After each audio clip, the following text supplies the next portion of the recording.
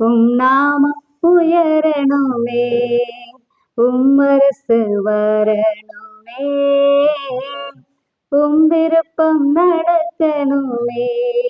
அப்பா பிதாவே, அப்பா அப்பா பிதாவே, அப்பா அப்பா பிதாவே, அப்பா அப்பா பிதாவே, அப்பா. கர்த்தருடைய பரிசுத்த நாமத்திற்கு மகிமை உண்டாவதாக.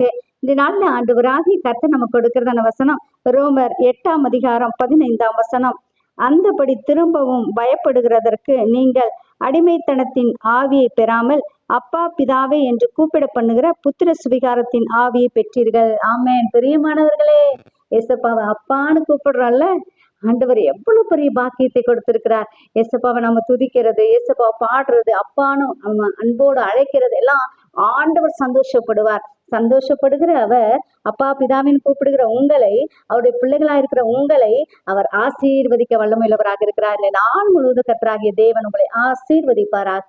ஆமென்.